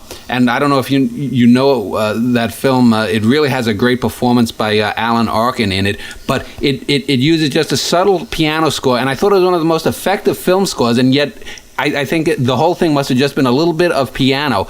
And Josh, about film scoring, how important is that in your filmmaking? And do you... I've always worked with the same composer, and strangely, I've known him for a very long time, and he's ended up doing the score for almost everything I've ever done, because he did the score for Xena and Hercules. Oh, those are terrific scores. And all 4 of my movies. Some of the music that he did on Xena was extraordinarily beautiful. For TV, it was really amazing. It was full amazing. Orchestral score. With voices and all that. Yeah. All kinds of stuff. Yeah, he was constantly using like Bulgarian vocalists. Yes, exactly. Mm-hmm. And I think he's very, very talented. He lives just right near me here in Detroit, Joe LaDuca. Right. And he just wrote a piece I saw he wrote for the Detroit Symphony Orchestra. And I went and saw it. It was very good. Oh, excellent. But I think it's crucially important, and I love that phase of filmmaking because, and quite frankly, I'm glad you brought this up. I think it would aid movies tremendously if they brought the composer in at the beginning and let the filmmakers try to explain because when you talk to a composer, you work purely in psychology and emotion. Right. What's the psychology of the scene and what's the emotion of the scene? And that's what he's going to try to interpret into music. And if everybody understood that stuff before they made the movie, I think they'd all be better off. I've heard that this is exactly what David Lynch does for most of his projects where he uses Angelo Badalamenti. Mm-hmm. And speaking as somebody who knows most of Lynch's stuff, it worked particularly well on Twin Peaks and shows like Lost Highway, movies like Lost Highway and Blue Velvet, where as you were saying, the music sort of underlines the scene, but it doesn't overdo it. Mm. Yeah, well, it depends on how a lot of the old Hollywood scores. Right. Originally, if you saw a ship, they'd go to dun dun dun dun dun dun, or Corn the naval Gold, theme. right? And the idea over the course of time is to work more from the psychology of the character. Okay. Yeah. So, which I find fascinating. Well, let me ask this. I just wanted to add to that is that I think the best score this year of the nominated scores was the one from Frida, which won the Oscar, and it stood out. I get sent all the scores and everything for the Oscar vote and everything else.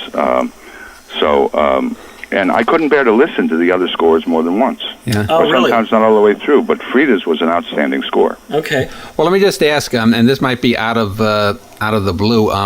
I grew up in New York City, so George, you may be familiar with back in the 70s and 80s on Channel 9 WOR, the old Joe Franklin interview show. Oh, yeah, I know Joe. I met Joe once, briefly. And I love that because as a kid, I grew up watching all the old silent films there. The Keatons, the Lloyds, the Chaplins, the Fatty Arbuckles and whatnot.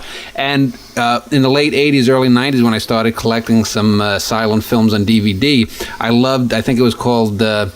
I forget the name of the company, but I got a lot of the film scores from Chaplin, and they had, they had organ music, the scores for them. I was wondering, to what degree, because there wasn't any sound really for film when it first started in the silence, to what degree has music scoring almost been a remnant from that? I mean, because there you'd have the dramatic, with the organ soaring as the villain is twirling his mustache and whatnot. I'm just wondering, is that maybe a holdover, and how reliant did filmmakers become in those first quarter century or so without sound on the film score, and has that been to a detriment to film?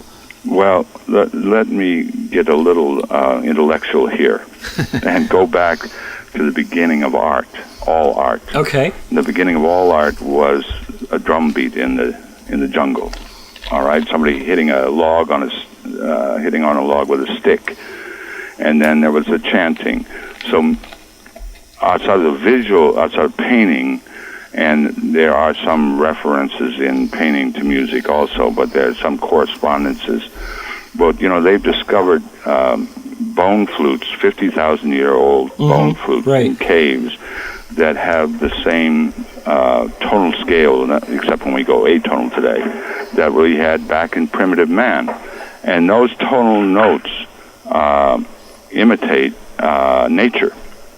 And whether it's whale song or whether it's bird song or whatever, those harmonic gaps.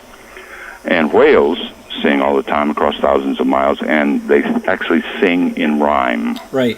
So music was central to, outside of painting, but even when we write, and we've lost the art of music in writing today, for the most part, as you often complain about in your website. Mm-hmm. So I think the music actually contributes a lot to the film. Do you agree with that, Josh? Absolutely. It's part of that visceral... Sam Raimi, I mean, it's the glue that holds it all together. It's part of that visceral element, that subconscious visceral element. Right. That you don't want to notice while it's going on, but you're reacting to it subconsciously. Billy Wilder, in his editing room, had a chant that as they watched their rough cuts of the movies, which get harder and harder to watch, they would chant, Rozha, Rozha. Miklos Rozha did his score. Right, yeah. And until the score goes on, you don't know if the movie's working. Okay. It really is the glue that holds it all together. It's interesting to me, since we're talking about composers, as a composer who has, a bachelor's in composition and a degree in ethnomusicology, I grew up listening to experimental music, but also things like Eric Wolfgang Korngold, Miklos Rozha. I listened to their experimental... Oh, wait, I'm going to have to change phones. Okay. Hold on. My phone is just about... Okay. Okay, I made it. Hello? Okay, great. Yeah, we're there. Okay, good. Okay, Dave will just edit that bit out. So I was just listening to...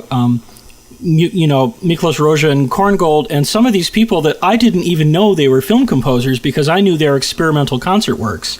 I'm still actually a big fan of Korngold's Violin Concerto, which I know was a theme that he took from one of his movie scores. The thing that's interesting to me is most of the time, even though we don't really notice the music in a TV show or a movie, maybe I'm the exception in that I always notice and pay attention to it. I think it makes or breaks whatever's going on visually, and if you have a section with no dialogue, but the music is there, it can be spine-tingling. Mm-hmm. Well, High Noon, for example, is famous for exactly. that High Noon was supposedly a failure until they actually added that song to it. Okay. Do Not Forsake Me, Oh My Darling. Right, yeah. And that song made the film. Well, and more recent examples that come to mind, too. I mean, I was just thinking of Night Shyamalan's movie Unbreakable. It's not my favorite movie, but I've been listening to the soundtrack album over and over again lately. Is that, who is that? James Mark Newton, Isham, or? No, it's James Newton Howard. Oh, yeah. And I think he's done all of Knight's movies so far, that I'm aware of anyway. Now, an interesting American composer is the one who appeared in Pull My Daisy, when you're speaking of that other director, years ago, David Amram, right. who, of course, is a great jazz musician. He's also a classical composer, and he wrote the music for Splendor in the Grass. Right. And he's gone across the whole spectrum of American music. David happens to be a friend of mine, but I mention him with great awe because he can play instruments from all around the world. Yeah. As a little anecdote in this, there's a show that it seems to be highly irregular on Bravo about film scoring. Okay. And they go by genre, like it'll be action films. And recently there was an episode, and it started with The Great Escape, and Elmer Bernstein discussing it, and it was absolutely fascinating. Okay. And he's a great composer, Elmer Bernstein. And then to try to be more modern, they went to Danny Elfman discussing the score for Mission Impossible 2. Okay. And what can this guy say? He's given a theme from the TV show. Right. That he brings in and out and in and out, and that's what he does. Right. And it was so uninteresting. Well, one of the interesting things about that movie, in fact, is I don't know if anyone noticed, but the original Lalo Schifrin music is in 5/4. For the movies, they changed it to 4/4. Well, they actually discussed that because they brought in two of the guys from U2 to do that. Right. Yeah, the rhythm the first section. thing they did is go, well, you can't dance to it. Well, I think you can. Right. Well, then they actually talked to Lalo Schifrin for a second, and of course, the way it was originally done is fantastic. Oh, it's brilliant. Yeah. Well, let's end right there, and when we come back on our final segment, we'll talk a little bit more on some stuff we haven't gotten to, and just shoot the bull a little bit. So we'll listen to some more poems from George. The Lament of the Crash Test Dummy. Technicians purse their indifferent lips while I am strapped in, shoulder and groin, positioned, ready to accelerate the final impact of the concrete wall. Across the expanse of the car's front seat sits my randomly selected mate with her fake blonde hair and hard plastic skin, staring rigidly ahead as if we had aborted a hopeless argument. Hardly the companion I might have chosen to accompany me to oblivion. Experiments, dummies, not meant to feel, soon to be intimate in twisted steel. We could surely have spasmed sensual grace, a bit of tenderness, a touch of hands, a wisp of hair stroked from impassioned face, had we had but time and dexterity. Pardon me, but may I ask what it is I'm supposed to have done? What heinous crime have I perpetrated?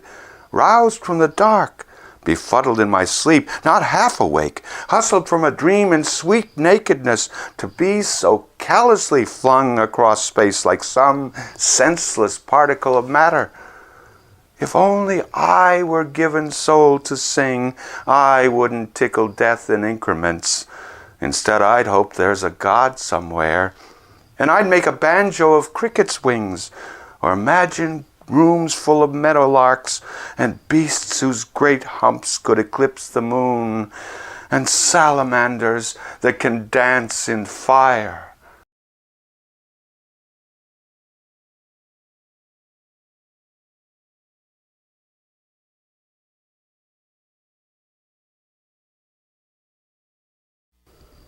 Derelict Dreams. Startled by the twig where the bony hand of winter claws the window, scratching now the scab of all his years, hoping to find the flesh still bleeds beneath the layered rags. Grizzled chops, horny hands, an empty bowl, roomy wine-bleared eyes plead against the night for a memory of a blossomed tree when he was small enough to climb beyond his knickered height and see Byzantium. Not enough the white-steepled town that points a tolling finger, admonishing God for all its sins. Not enough the clenched fist of surly commerce, or the accolades of friends, now long forgotten, now long dead. In rooms haunted by skeletons of trees, sleepless he ran to cheers of multitudes, and heard a choir of starlings sing his name. He knew he wore a crown of golden thorns. How then this fall from grace?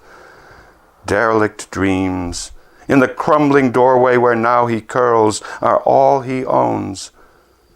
Craving epiphanies of drink, he begs a last orchestral swoon of stars and prays, "Conductor, raise your wand." Okay, we're back here. In our last section, we're just going to shoot the bull a little bit and talk about assorted things. And one of the things off camera I was mentioning was how I really have a boner against biographical films. And generally, when I think of, George, you had mentioned Patton before, and I think like Gandhi are good, solid films. I don't know if you can make really a great biographical film. And one of the things, too, when I've written poems about famous individuals, I try to take a point of view and not necessarily do the whole thing. One of the things about biographical films that drives me crazy is you try to compress 40 or 50 years into 90 minutes. Into 90 minutes, and it's ridiculous. Instead of taking, Napoleon and maybe putting him at a certain place at one particular battle and talking about how that affects it, because we know who the character is. And I've always thought that biographical films that deal with great individuals, a Patton or a Gandhi, tend to work. They may not be great films, but you can watch them. But two films that come to mind recently was The Beautiful Mind film that won an Oscar, which, I didn't particularly find the Nash character that interesting. And then also Autofocus, which was on the TV star Bob Crane, who was a porno act who ended up probably being murdered by what was then his best friend. And I didn't find really that interesting. And I just wondering, do either of you have thoughts about biographies? And Josh, would you ever do a film on a particular individual? I've written several scripts about real people, but from my point of view, they have to have had spectacular lives. Yeah. I mean, I've written one script about young Teddy Roosevelt. Sure. When he was a rancher out in Montana and the Badlands. Yeah. Mm-hmm. And I wrote another one about the most decorated U.S. Marine, enlisted man in history, which is Gunnery Sergeant Dan Daly in the Battle of Belleau Wood. Okay. But they had very spectacular lives, as did George Patton or Mohandas Gandhi. So I think that's the key to making a biofilm, is choose somebody that had a life that was worth filming. Yeah. Did anyone see 32 short films about Glenn Gould? Yes. Yeah. I thought that was a fantastic approach to a biography. I thought that was amazing. I did see that. I liked it a lot too, but I liked it partly because it was a musical film. I think one of the problems with shooting a biographical film is that the critics make you feel that you have to be true to the person's life. And because a person's life is so immense, right, that's almost impossible. So that to make something work dramatically, a filmmaker or an actor or a writer has to distort to make it work dramatically. Okay. And the problem the writer or filmmaker has with that is you're always saying, well, I really can't capture all of this. I have to tell what, as you said, taking Napoleon at one point, or someone said at one point in his life, and just picturing that instead of doing all of Napoleon. Yeah, that would be better. To go back to the Aristotelian thing about everything having to happen in 24 hours.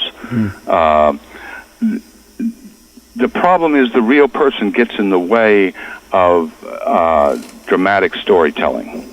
Isn't that right, Josh?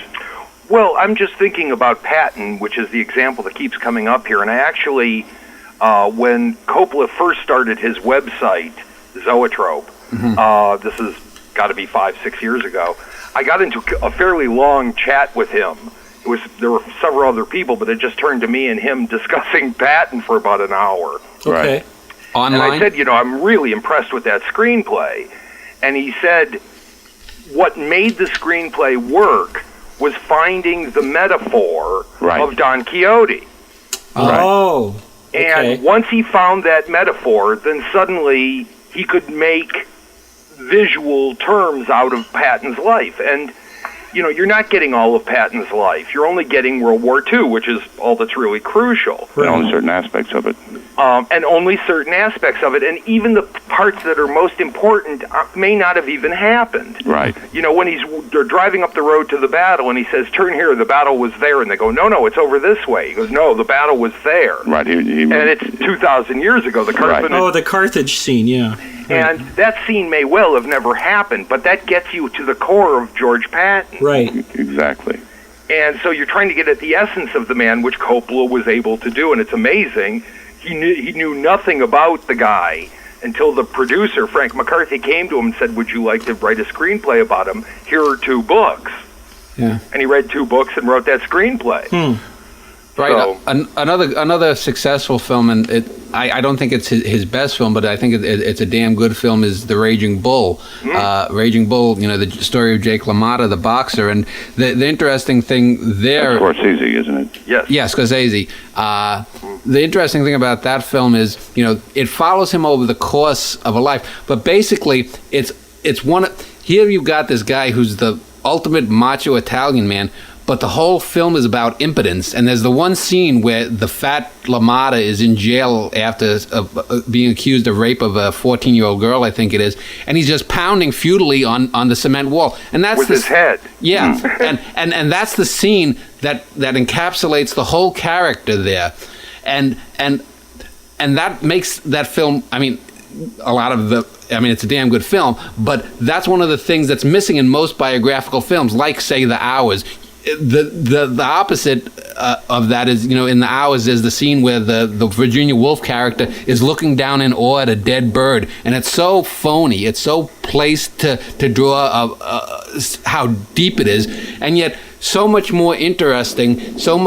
Is De Niro, you know, banging his head on the wall there as Jake LaMotta, and I think that's one of the things that when you know, getting back to poetry with George, is when you read a lot of poems that are about a particular character, you get just the expected. You get this here. This is supposed to be deep. I'm thinking, you know, there are so many poems that I've read, for example, on Albert Einstein, and usually all of them have like an epigraph, E equals MC squared, like, oh boy, and they don't ever really touch on a particular aspect of that character, and I just. It's one of those. As an example, let me jump in here. I don't know if anyone else watched it, but they just did a 2-part miniseries on Adolf Hitler. Yeah. Yeah, I saw part of that. Yeah, I think so. Yeah, I thought it was very weak. I was interested that they actually did it, but they didn't try at all to figure out who the man was. Yeah. You mean Nazis are bad people? So all we're getting is that he screams a lot and spittle flies out of his mouth. Yeah. Right. Why did 60 million people follow him? And as an example, and I've read a fair amount about him, just one scene would have helped so much of him and his friend Putzi, Hofstangl. After one of the big Nazi rallies in the 20s, Hofstangl said, you know, all your Nazi songs stink. They don't get people going. And Hofstangl had gone to school at Harvard. He said, you need to have songs like this. And played all the Harvard fight songs, the football songs. Yeah. And Hitler was so impressed that they adapted all the American football songs to become all the Nazi songs. Yeah. That's where all the Nazi songs came from. And there's a great scene in Zelig, the Woody Allen film, where Hitler's giving his speeches, and it uses actual footage, and then there's a slight breakaway to an actor where the Zelig character comes in. But nonetheless, if you've ever seen footage of Hitler speaking, I mean, the guy was a great speaker. Even if you don't know what the hell he's saying in German, he had that charisma. But yeah, I know in an email you had said that there's no attempt to get into the character because he's a repulsive character, he's a bad character. We can't show that he's a human. At all, ever. Right. Yeah, right. The character carries too much of a burden for the filmmakers and the audience. Maybe there's literally too much history there. Yes, there's too much. I mean, I printed a picture on my website in regard to it. It was not hard to find of Hitler smiling. Right. Because you never once see him smile in 4 hours. Yeah. Yeah, and all people used to say, well, he was in person such a charming man. Right. Women loved him. And, you know, he loved his dog. But the point is that these characters are so large that, unlike going back to Greek dramatic times where the lives of the people were intertwined with the kings, with the major figures. So you could do an Oedipus Rex and have it be meaningful to the audience. And you didn't have the individual persona back with Oedipus Rex. Now we demand the individual persona rather than the representational figure. That's an interesting point. While we've been talking about this, I've been thinking about a movie that's a personal favorite of mine called Thunderheart, which came from the mid-'80s, starring Val Kilmer and directed by Michael Apted. Mid-'90s. Early 90s, okay, I don't remember now exactly. Was that the one set out in the desert? It's in the Badlands. Right, in the Badlands, yeah. Yeah, and basically that movie is fiction, but because it was based on the Wounded Knee massacre of the mid-'70s and the events that happened on the Rosebud Reservation where it was shot, I find that movie particularly good at conveying the essence of the conflict that was going on out there, even though none of those people were really involved, except for one of the characters who's played by former activist and performance artist and poet John Trudell, who was a member of the American, of AIM, the American Indian Movement, and whose family was killed, we think, by the FBI while he was protesting in Washington, D.C., while Wounded Knee was going on. So there's this tremendous resonance in this film, and yet it's, quote, fiction. However, just like with the Patton Carthage scene, which we don't think ever happened, the whole meaning and point of the experience of these people that happened on the res in the mid-'70s comes through the movie. I mean, it's almost like... I guess I just want you to respond to that kind of idea. Maybe fiction is truer than life sometimes. I think it absolutely is. Okay. And it all comes down basically to the writing.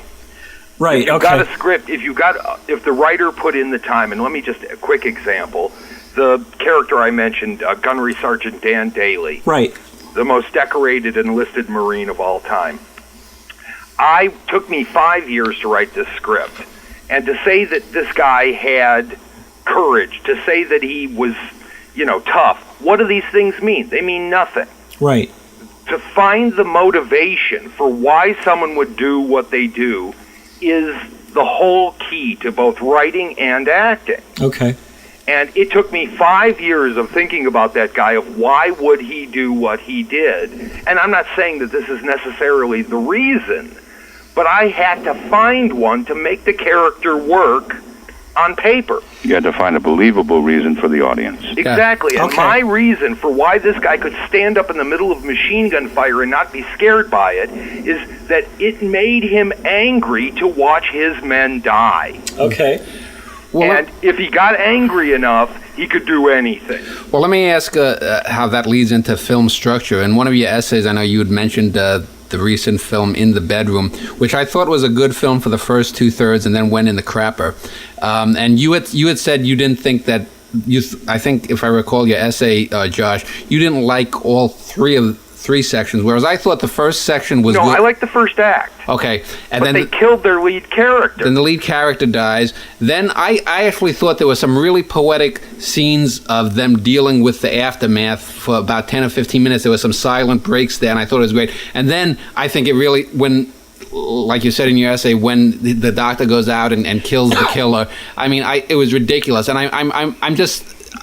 I'm stunned because this is a film that could have been a really good film dealing with how people really deal with that particular aspect of loss, and they just fucked it up totally. And I don't know where that is that studio suits that come in and just take it over, or what? I think that one was screwed up from the beginning. Yeah. I just think they had a bad story. It was a published short story it was based on. Okay. So it had literary roots. That ending, it wasn't done by the studio. But here's I actually thought it was a pretty good film myself. Yeah. So. I feel like, I'm sorry, but it's making a huge dramatic error to start off Act 1 with the kid as your lead character. That's true, because the kid wasn't the lead character. The doctor was the lead character. To kill the lead character, you cannot kill your lead character. That's right. Well, how about the Psycho? Audience's point of view. But Psycho did it. Hitchcock did it. I mean, we think Janet Leigh is the main character until she dies. It's a stunt, and he pulled it off. Right. But for the most part, you can't do it. Okay. Right. But with a film like that, In the Bedroom, you buy rights to a film when you're going to adapt it. Change it if the story has a weak ending, if it's got a great premise, a great setup, and the gun is faulty in Act 1 and it doesn't necessarily need to go on Act 2. Change the goddamn thing. I don't understand why. Well, this is a first-time filmmaker. This is his first film. He's a young film director, and I thought he did. If you want to talk about a film director who's in his 40s and who has a lot of experience. But this guy, I thought, did a pretty damn good job for a first film. It's Todd Field. I agree with you that they made the kid the main character, and that was wrong because the main character should have been the father. But the turn it takes in Act 3 of becoming a revenge ludicrous movie, I thought was really, really lame. Unless you had Charles Bronson. I think you've misread it, Josh. I think it's about him trying to keep his wife's love.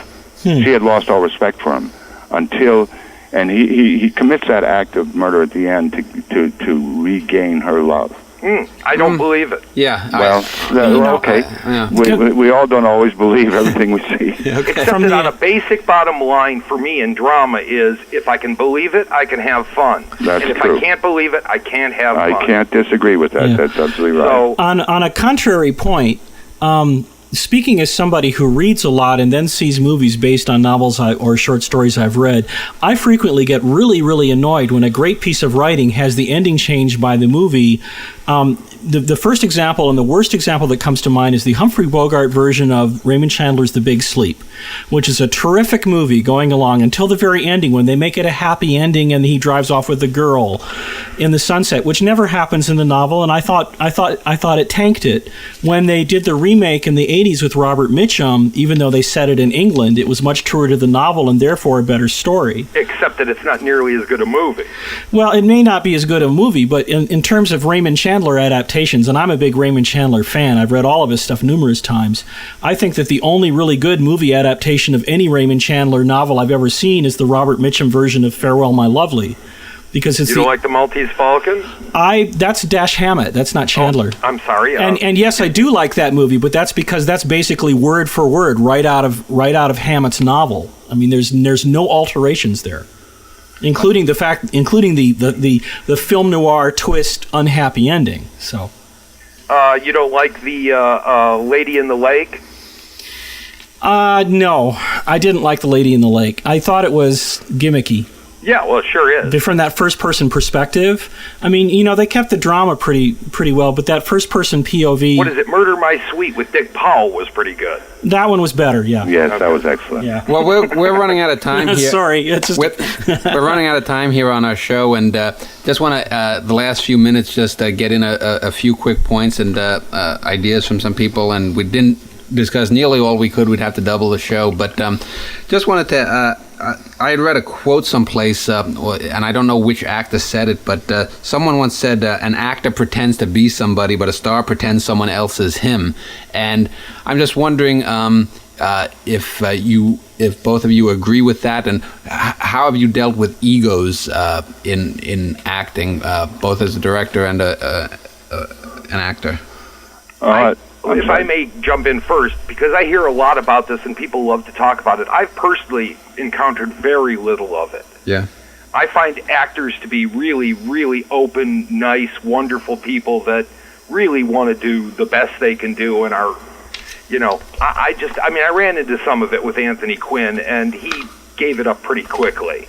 Yeah. He just really wanted to do the best he could, too. Okay. My experience is that to be a professional film actor, I've run into very few big egos there because the demands of professional filmmaking, where you're working 12 hours on the set and then having to work on the next day's script after that, you don't have time for that stuff. Mm-hmm. And as opposed to the theater, which is rampant with actors' egos. Oh yeah. I grew to hate working on a stage because I was encountering these egos all the time. Where I used to was working in film and TV, we didn't have time for that. You just don't have time for that stuff when you're shooting film or TV, right Josh? Absolutely. So I rarely encountered it. And the ones who are like that find themselves shut out because the clock is running, and that clock is money, and so they stop getting roles. Right. Yeah. Okay. Final question for both of you: if you had to have the proverbial, one film, one DVD to take to a desert island to to watch, which movie would it be? George and then Josh. Oh my God! what a question. Casablanca. Okay. Well, I'm doing my best Bill Moyes impersonation. I have to ask the obvious. So, how about you, Josh? I think it would be The Magnificent Amberson. Oh, really? Interesting. My favorite